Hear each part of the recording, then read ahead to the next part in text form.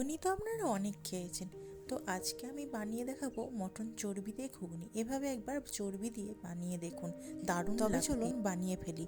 প্রথমে কড়াই গরম করে নিয়ে তাতে পরিমাণ মতো সর্ষের তেল দিয়ে দিলাম। এবার এতে কটা চেরা কাঁচা লঙ্কা দিয়ে দিতে হবে, আপনারা যে যেমন ঝাল খান সেই অনুযায়ী দিয়ে দেবেন। আমি এখানে 4-5টা দিয়ে দিয়েছি। তো এবার একে একে 5 ফোড়ন, তেজপাতা এইসব দিয়ে দিতে, দারচিনি এলাচও দিতে পারেন। আমি দারচিনি এলাচটা পেস্টের সঙ্গে দিয়ে দিয়েছি যেহেতু, আর আমি এখানে আর দিলাম না। আপনারা চাইলে এখানেও দিতে পারেন। আর এবার এগুলোকে একটু ভালো করে নেড়ে চেড়ে নিয়ে একটু গন্ধ উঠলেই আগে থাকতে কেটে রাখা 2-3টে পেঁয়াজ এতে দিয়ে দেবেন। এবার এই পেঁয়াজগুলোকে একটু নাড়তে থাকুন যতক্ষণ না লাল রঙ আসছে। এই লাল রঙ আসার জন্য একটুখানি চিনি দিয়ে দিতে পারেন।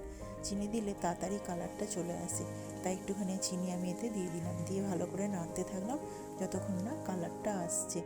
এতে ভালোভাবে কালার এসে যাওয়ার পরে এতে আমি এবার আগে থাকতে বেটে রাখা মশলাটা দেবো। মশলার মধ্যে আমি অ্যাড করেছি টমেটো আর 1 টুকরো পেঁয়াজ, দারচিনি, এলাচ, লবঙ্গ, আর আপনারা চাইলেন কাজু বাটা এসবও দিতে পারেন।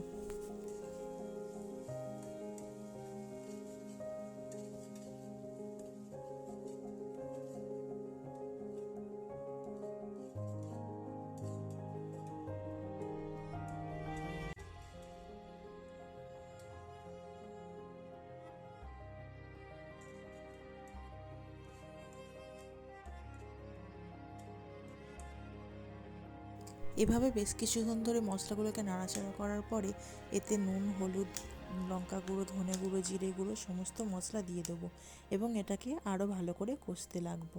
কষতে কষতে যতক্ষণ না তেল ছাড়ছে এটাকে ভালোভাবে নাড়তে থাকবো। এরপর আবার একটু ভালো করে কষিয়ে নেবো।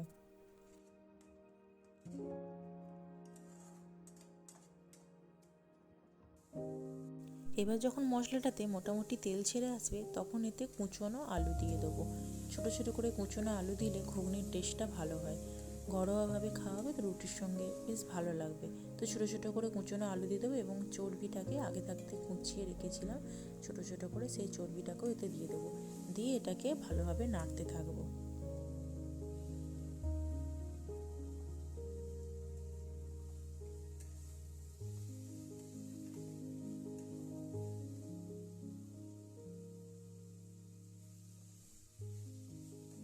চর্বিটা আর আলুটা যখন প্রায় 70% কষানো হয়ে আসবে তখন এতে ঢাকনা দিয়ে দেবো।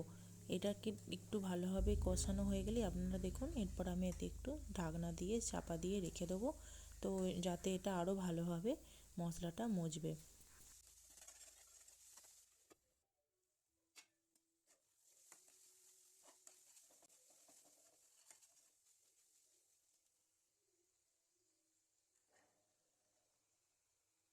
এবার প্রায় 3-4 মিনিট পর এসে দেখবো এভাবে তেল ছেড়ে এসছে আর কালারটাও খুব সুন্দর এসে যাবে।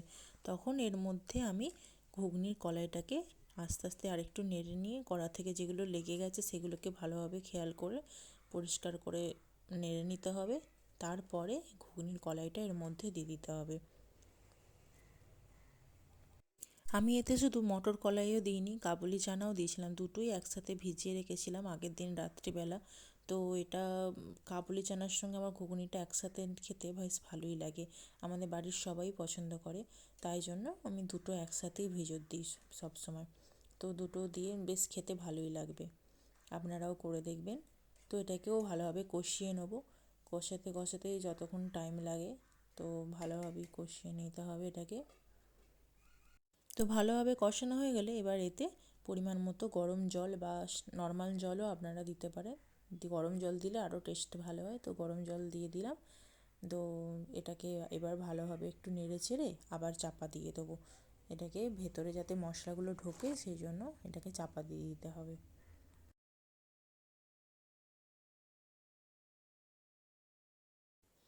এটাকে ঢাকনা দিয়ে 5-7 মিনিট পরে আমি এসে আবার একবার দেখতে এসেছিলাম। এরপর সামান্য একটু মিট মশলা 1-2 চামচ আর একটু মেথি পাতা দিয়ে দিলাম। দিয়ে আবার এটাকে নাড়াচাড়া করতে লাগলাম। সবশেষে এতে একটু কুচানো ধনেপাতা দিয়ে দিলাম, এতে সেন্টটা আরও ভালো আসে। তো ধনেপাতা দিয়ে একটু নেড়ে চেড়ে আবার আমি এটাকে একটু চাপা দিয়ে রেস্টে রাখতে দেবো। এবার আমি গ্যাসটা অফ করিয়ে দেবো। তো এটাকে আমি চাপা দিয়ে একটু রেস্টে রাখতে দিলাম। তো যখন খাওয়ার সময় হবে তখন এটাকে গরম গরম খুলে সার্ভ করতে হবে। দারুণ টেস্ট হয়, দারুণ দারুণ টেস্ট হয়, আপনারা করে দেখবেন একবার।